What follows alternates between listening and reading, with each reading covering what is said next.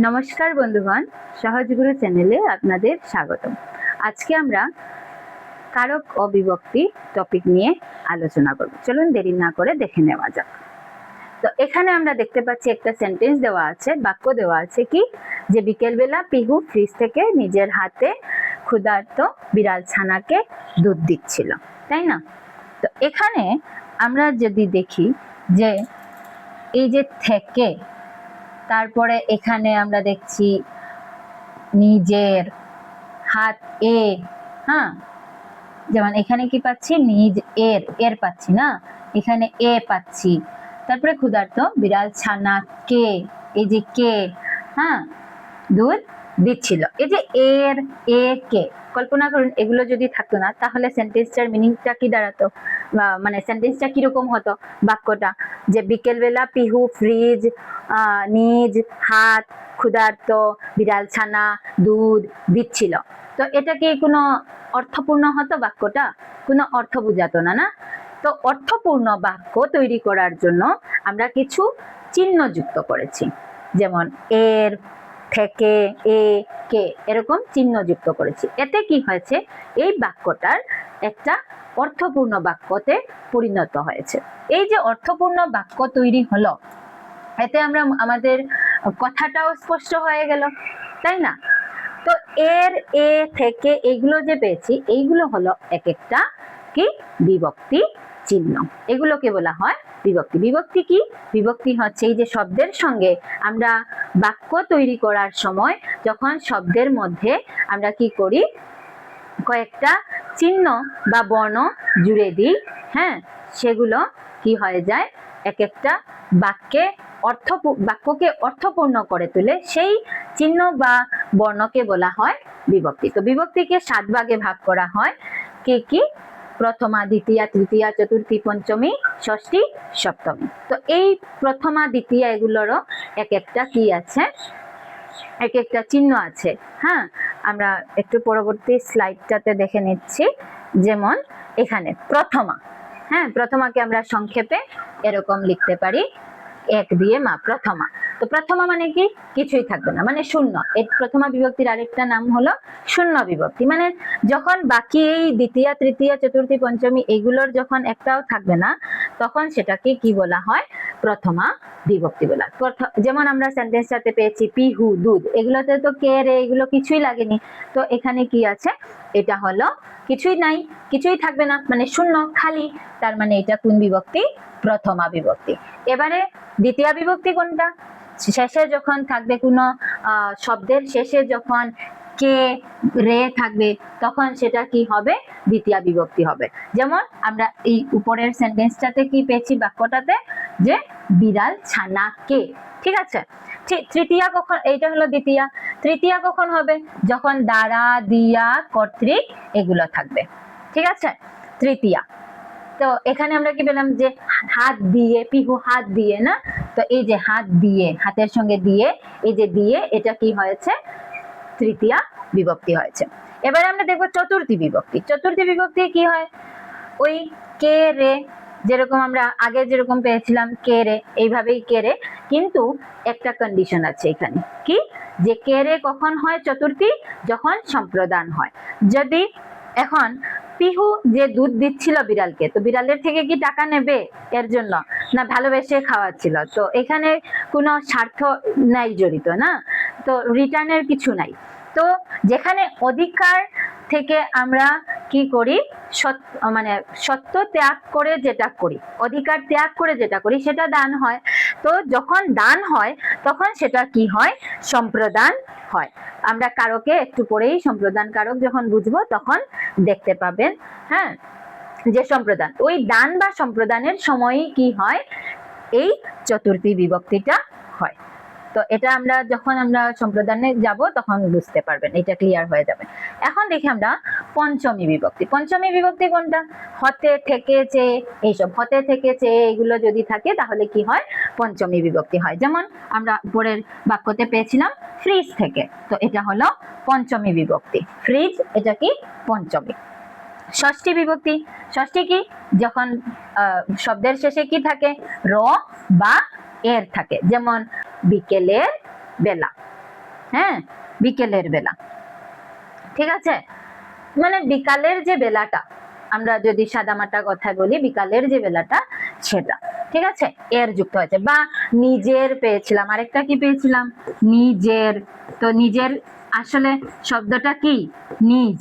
নিজের নিজ এর সঙ্গে কি হয়েছে, এর জুড়ে গেছে না, এই যে এর, এটা হলো বিভক্তি। ঠিক আছে, এরপরে সপ্তমী। সপ্তমী কি, যখন শেষে এ, অন্তঃস্থ ও, তে এইসব থাকে। যেমন আমরা কি পেয়েছিলাম, হাতে, না, হাতে। তো হাত এ, নিজের হাতে দেয় না, তো এই যে নিজের হাতে, এই হাতে এটা হয়ে যাবে কি, পিহু নিজের হাতে বিড়ালকে দুধ খাওয়ায়। তো এই যে হাতে, হাতে হয়ে যাবে এই হাত, আসলে হাত আর এর সঙ্গে কি লেগেছে, এ লেগেছে। এই যে এ লেগেছে, এই এটা হলো বিভক্তি চিহ্ন। তো এইগুলো হলো বিভক্তির নাম, আর এইগুলো হলো বিভক্তির চিহ্ন। ঠিক আছে, তো এখন আমরা চলে যাই আবার আগের স্লাইডে। হ্যাঁ, যে বিকেল বেলা পিহু ফ্রিজ থেকে নিজের হাতে ক্ষুধার্ত বিড়াল ছানাকে দুধ দিচ্ছিল। তো দেখুন, বিভক্তি তো বুঝে গেলাম আমরা, এখন দেখবো কারক কি। কারক হচ্ছে এই যে বাক্যটার মধ্যে বিভিন্ন পদ আছে, বিশেষ্য, বিশেষণ, সর্বনাম, অব্যয় আর ক্রিয়া। অব্যয় নেই এটাতে, অব্যয় আমরা পাইনি এই সেন্টেন্সে। তো পদের প্রকার 5টা, ওইটা বললাম। তো এখানে ক্রিয়াপদ দেখো আছে। তো আমাদের বাক্য তৈরির ক্ষেত্রে ক্রিয়াপদ একটা খুব গুরুত্বপূর্ণ বিষয়। ক্রিয়া ছাড়া আমরা বাক্য তৈরি করতে পারি না। তো এই যে ক্রিয়াপদ, হ্যাঁ, ক্রিয়া মানে কি, কাজ, অ্যাকশন।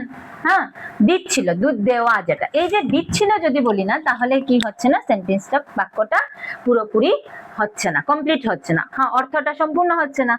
এই দিচ্ছিল, যে এই দিচ্ছিল পদটা হচ্ছে ক্রিয়াপদ, আর এই ক্রিয়াপদের সঙ্গে যে নামপদের সম্পর্ক, নামপদ মানে কোনটা, নামপদ কোনগুলো, নামপদ হচ্ছে বিশেষ্য আর সর্বনাম, মানে কোনো কিছুর নাম বোঝায়।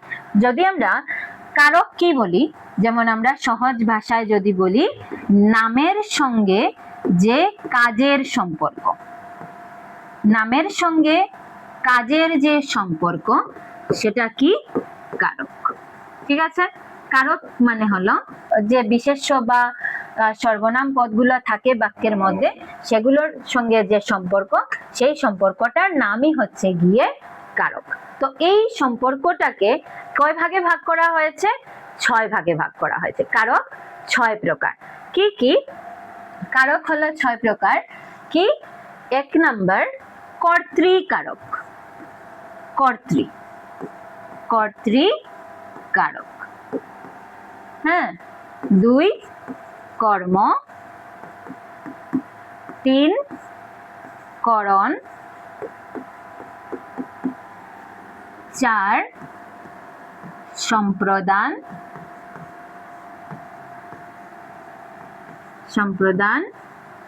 কারক, 5 অপাদান কারক, 6 অধিকরণ কারক। ঠিক আছে, এই 6টা ভাগে ভাগ করা হয়েছে। তো এই যে 6টা ভাগ আমরা পেয়েছি, কি, কর্তৃ, কর্ম, করণ, সম্প্রদান, অপাদান, অধিকরণ। ঠিক আছে, এই 6টা ভাগ, যে মানে এই 6 রকমের সম্পর্ক আছে কার সঙ্গে, ক্রিয়াপদের সঙ্গে। ক্রিয়াপদ এখানে কি পাচ্ছি, দিচ্ছিল।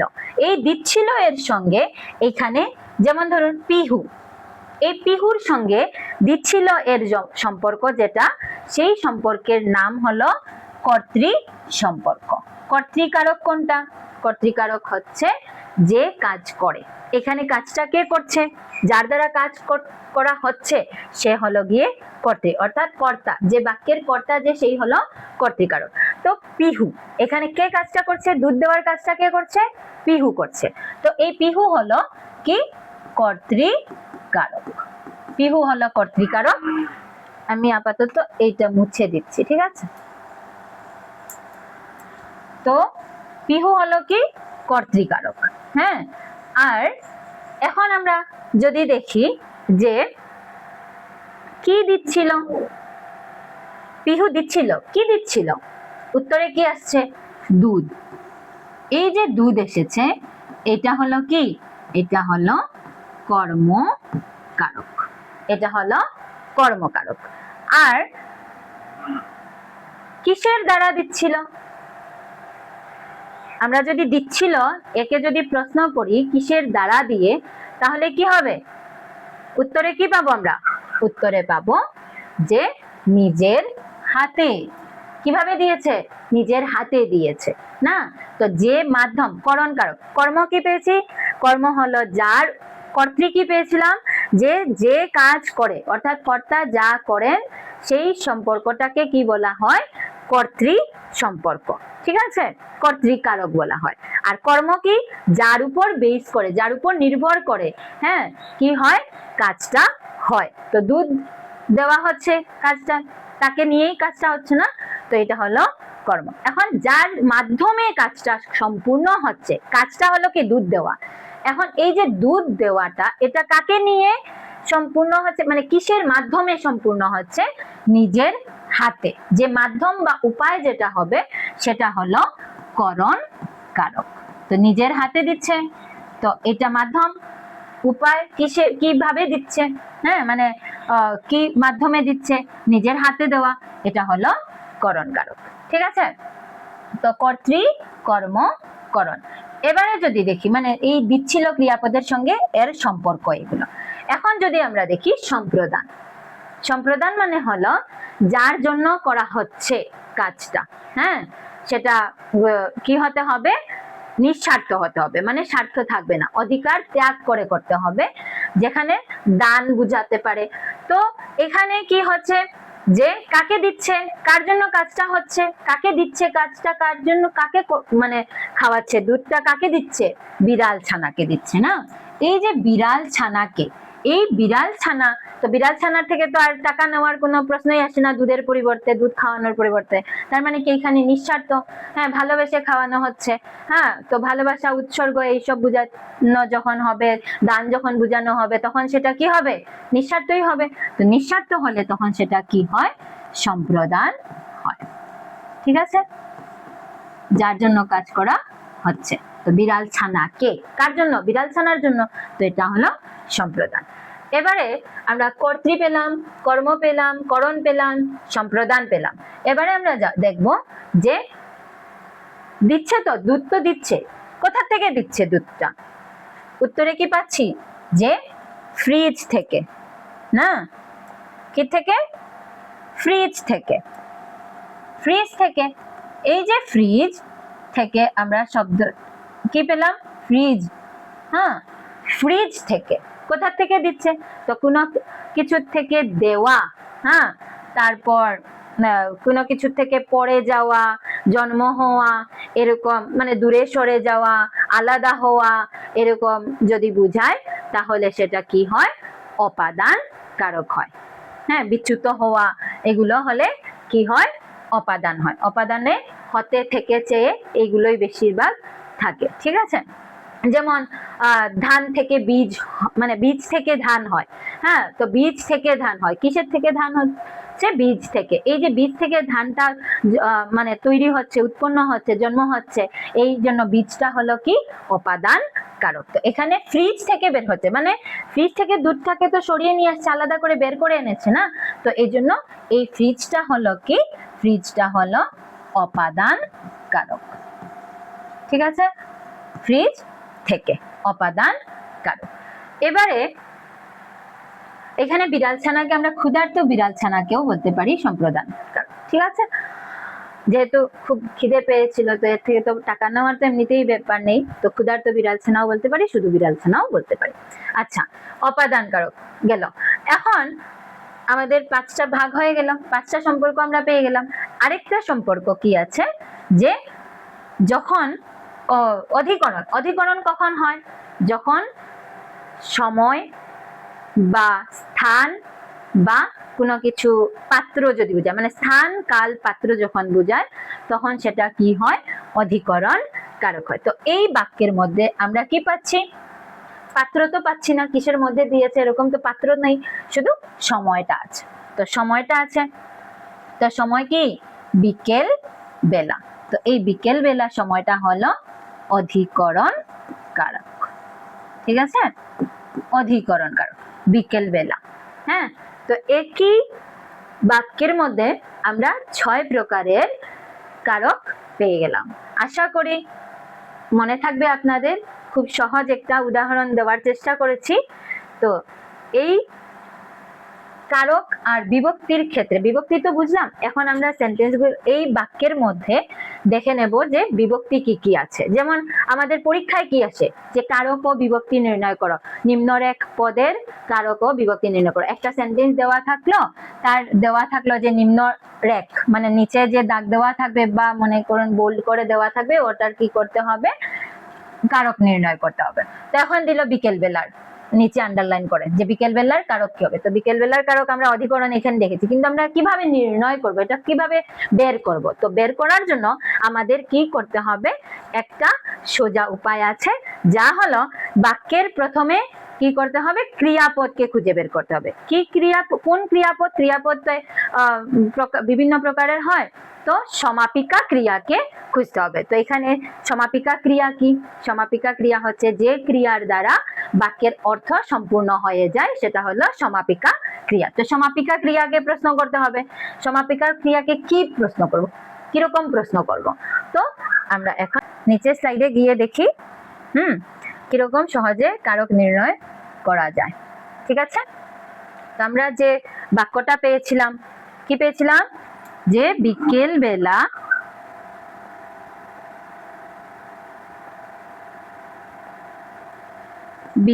বেলা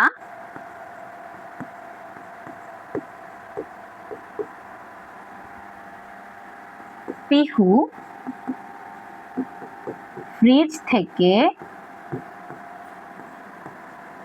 নিজের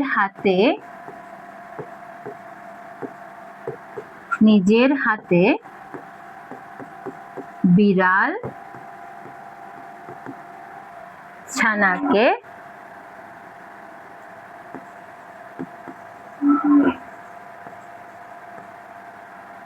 দুধ দিচ্ছিল। ক্ষুধার্ত বিড়াল ছানাকে, আচ্ছা ক্ষুধার্ত আমি লিখলাম না, ঠিক আছে, বিড়াল ছানাকে দুধ দিচ্ছিল। এই সেন্টেন্সটা পেয়েছি, তাই না? তো এখন যেমন ধরুন আমাদের পরীক্ষায় কারক ও বিভক্তি নির্ণয় করার জন্য দিল। তো এখন দিল যে বিকেল বেলা এই পদটার কি করতে হবে, কারক নির্ণয় করতে হবে। তো এই যে বিকেল বেলার কারক নির্ণয় করতে হবে, আমরা কিভাবে বের করব, এই দেখুন এখানে কিছু প্রশ্ন দেওয়া আছে, আর এর উত্তরে যেটা পাবো সেটা হবে এইগুলো কারক। যেমন কে দিয়ে যদি প্রশ্ন করি, তাহলে উত্তর কি আসে, কাকে প্রশ্ন করব, ক্রিয়াকে প্রশ্ন করব। কাকে প্রশ্ন করব, ক্রিয়াকে। ঠিক আছে, প্রশ্নটা কাকে হবে, ক্রিয়াকে প্রশ্ন হবে। যে কি, প্রথমে আমাদের সমাপিকা ক্রিয়া খুঁজে বের করতে হবে। কি বের করলাম খুঁজে, সমাপিকা ক্রিয়া। সমাপিকা ক্রিয়া কি আছে এখানে, দিচ্ছিল আছে। তো দিচ্ছিলকে এখন আমরা প্রশ্ন করব কোনটা দিয়ে, কে, কে দিচ্ছিল।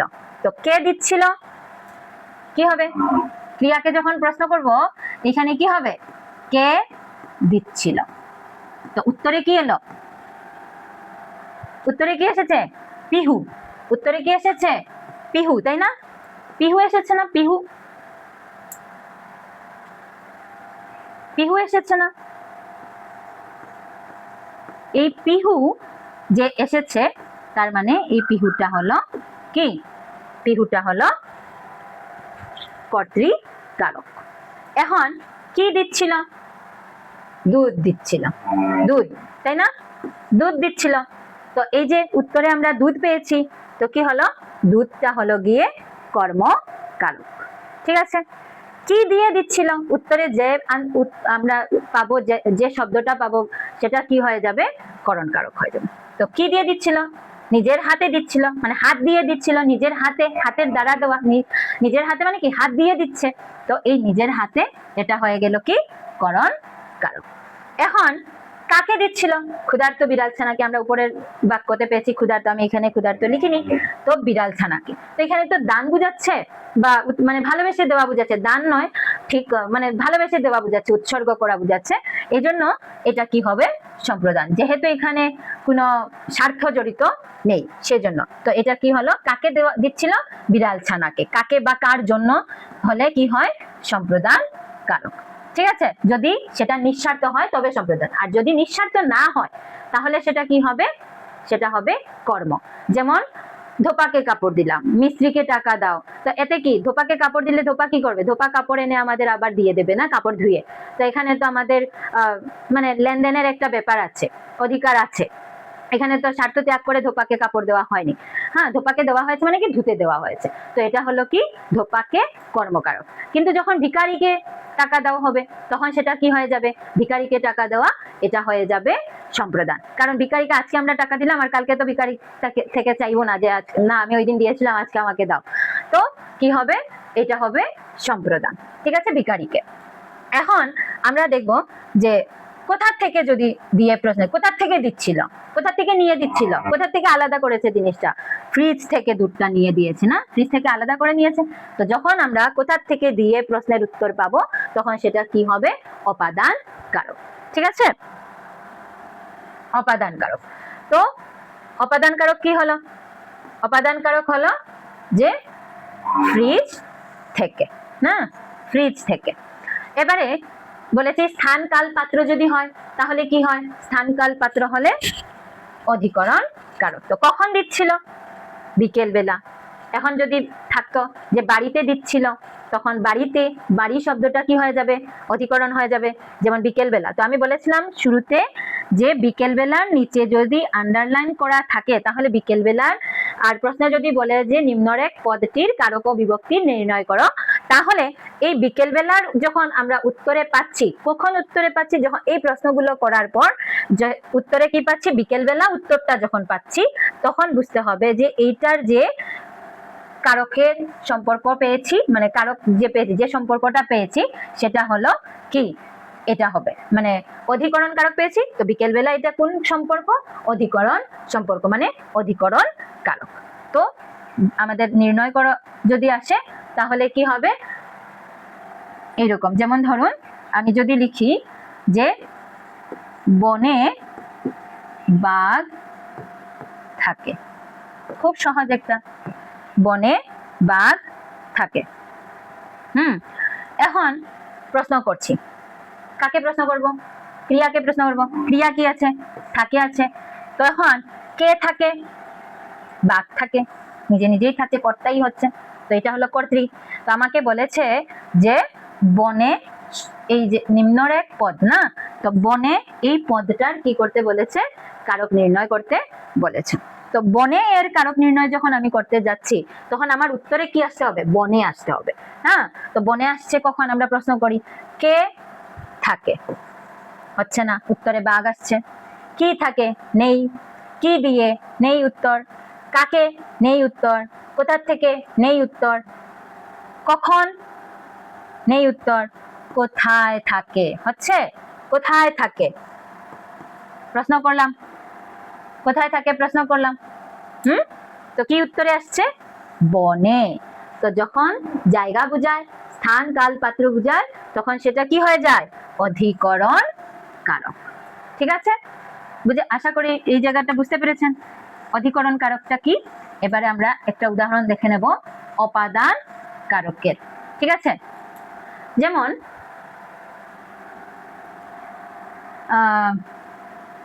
গাছ থেকে ফল পড়েছে, গাছ থেকে ফল পড়েছে। ঠিক আছে, তো এখানে দিল যে গাছ। ঠিক আছে, কারক নির্ণয় করো বলেছে। তো গাছ, গাছের কি করেছে? বলেছে যে কারক নির্ণয় করার জন্য। আর যদি বিভক্তি বলে বিভক্তি নির্ণয় করার জন্য, কারক ও বিভক্তি নির্ণয় করো, তাহলে কি হবে দেখছি। গাছ বলেছে, তো উত্তরে দেখুন তো কি হয়? যে কে পড়েছে? আচ্ছা, ফল পড়েছে। না, ফল তো নিজে নিজে পড়লেও সেটা প্রকৃতির ইয়েতে পড়েছে, তো এই জন্য আমরা ফলটাকে আমরা কর্তা ধরবো না, এখানে কর্মই ধরবো না।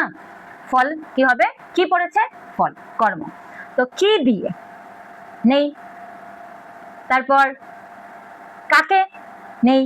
কোথা থেকে পড়েছে, গাছ থেকে। উত্তরে পাচ্ছি না গাছ, তো উত্তরে যখন গাছ পেয়ে গেছি তার মানে এটার কারক নির্ণয় হয়ে গেছে, তো এটা কি হয়ে গেল, অপাদান কারক। এখন বিভক্তি বলেছে, তো বিভক্তি আমরা পেয়েছি না, বিভক্তি থেকে, হতে থেকে চেয়ে, কোন বিভক্তি, পঞ্চমী বিভক্তি। তো থেকে কি হলো, অপাদান কারক আর পঞ্চমী বিভক্তি। তো কারক নির্ণয় কিভাবে হয় বুঝতে পেরেছেন, এইভাবে। ঠিক আছে, গাছ থেকে ফল পড়েছে, অপাদান কারক। আর আমি বলেছি যে কোনো কিছু থেকে কিছু পড়ে যাওয়া বা কিছু উঠা বা জন্ম নেওয়া, তৈরি হওয়া, আলাদা হওয়া, দূরে সরে যাওয়া, এরকম হলে কি হয়, অপাদান কারক হয়। ঠিক আছে, তো গাছ থেকে ফলটা আলাদা হয়, নিচে পড়ে গেছে না, পড়ে যাওয়া বুঝাচ্ছে, তো এটা অপাদান। ঠিক আছে, সমিতিতে চাঁদা দাও।